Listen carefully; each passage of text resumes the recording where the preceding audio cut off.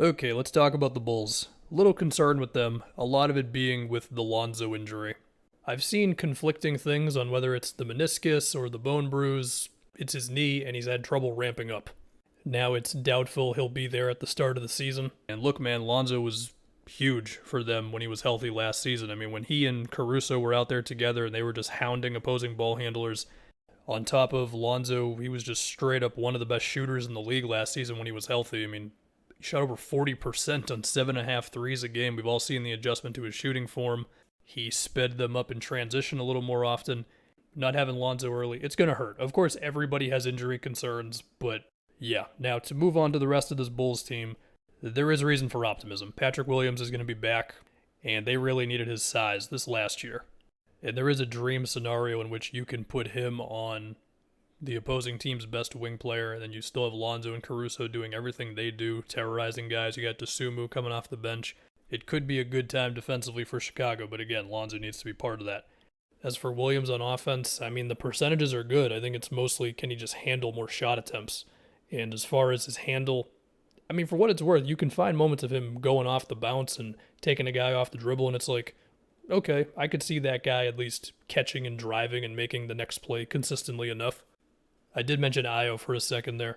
I don't want to say that he was the saving grace of last season, but he kind of was. I mean, when they didn't have Lonzo and Caruso, they really needed another guard, and luckily for them, they drafted a kid who's pretty reliable on both sides of the floor right now. Sure, some of that is being good on open threes, making the right pass, that nice stuff, but also there's times where he'll get a steal and then a transition dunk, or he'll actually size up his defender and then get by him and then make the next play. Like there's a little more in there than just the role player who plays off of everything. Let's talk about DeRozan. How much of his previous season is replicable when he's going to be 33 years old next year? Well, there was a stretch where he was going scorched earth and then some from mid-range, where he was basically making every shot, and I don't know if you should expect him to be in MVP conversations as he was for a little bit of this previous season, but I do think him cleaning up his shot selection a little bit has helped him out, and that can be expected moving forward, where it just seems like he's taking his mid-rangers and his fadeaways and his side steps and the pump fakes, which can then lead to like a fadeaway or drawing a foul, or the crossover after sizing a guy up, going into his right into a mid-range. It just seems like all of those are happening like 2 feet closer to the rim, which doesn't sound like a lot, and it doesn't drastically show up in the shot charts, but I think it makes a difference. At one point last season, I was like, is Vooch screening for DeRozan the best play in basketball? It kind of was for like 2 weeks. Vooch in a second, but we got to get to Levine. The three-point shot making with Levine's pretty damn nutty at this point, because, I mean, it's pull-ups, it's step-backs. The majority of his shots are from outside or they're at the rim. He shoots 85% on free throws. I mean, Zach LaVine has checked all of the boxes of how you want a guy who takes a lot of shots in the NBA in 2022 to do it. I guess if you wanted to nitpick, occasionally there's going to be a step-back three you don't love. Is he ever going to be the surgical guy who's reading the defense and predicting what they do ahead of time and hitting the corner shooter perfectly every single time? I mean, most likely no, but that's fine. As for his defense, I mean, look, he's better on the ball than he is off the ball. He's got all the physical gifts to be a pretty damn good off-ball defender, but between just IQ and knowing when to rotate and not getting caught on, oh, I just sagged off of this guy and now I can't get back to the corner, we'll see, man. And then you got Vooch, who just had himself a plain old weird season last year. He shot 31% from three. The pick and pop was pretty frequent, that or just spacing out for the sake of Levine, DeRozan, and all these guys.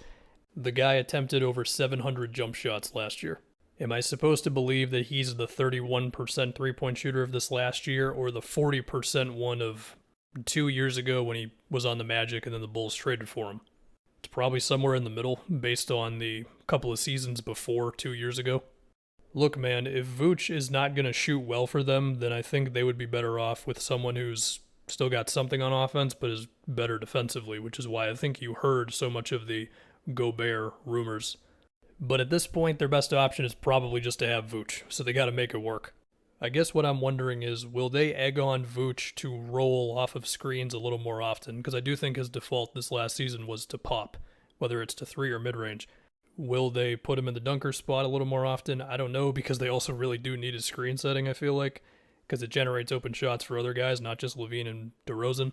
I'm going to assume it's not going to be a whole lot of post-ups for Vooch, and I think that's fine. Potentially, if he's got mismatches, you could look for him a little more in that sort of scenario. With that said, I mean, if you want to Google Miles Turner Bulls right now, you can pull up a whole bunch of articles of should the Bulls do it, can the Bulls do it, and all that. I haven't seen any rumors that suggest that it's a possibility right now. Also, as we know, the Bulls have moved a decent amount of picks here. They do have Drummond, who should serve as probably one of the better backup bigs you can have at this point. I also liked the Dragic pickup. Like, I could understand Bulls fans being disappointed that it was Dragic and Drummond. Those were pretty much the guys you took it. With that said, I do like both of those pickups anyway. I mean, Dragic, for what it's worth, he's been kind of cooking in Eurobasket. And I do think on offense, he can give them some of the juice that Lonzo gave them, like speeding the pace up, giving him a three-point shooter. He's not going to be the defender, and Lonzo's a better passer, but you could do worse with your other point guard. However, you also have Kobe White, who likes to get his shot attempts up as well, and I think we all see the potential in him being a sort of Jordan Clarkson type of guard who can come in and give you some more scoring. Look, man, it's not a bad team. It's mainly the fear of Lonzo's health on top of just the competition in the East. I mean, the Celtics and Bucks aren't going anywhere. The Sixers got better. I think Miami's roster got a little worse, but I just kind of assume that they sort of drag themselves to an extra like 7 or 8 wins every year. A lot of that because of Spoelstra's defense. The Nets are the Nets. There you go, man. We'll see. The talent is, of course, there. The Hawks and the Cavs made their big moves. The Knicks made their big move with Brunson. The Raptors stayed the same, but now you're going to have year 2 Scotty Barnes. The Bulls are in this mix, don't get me wrong. I'm just saying the East is going to be a tough time.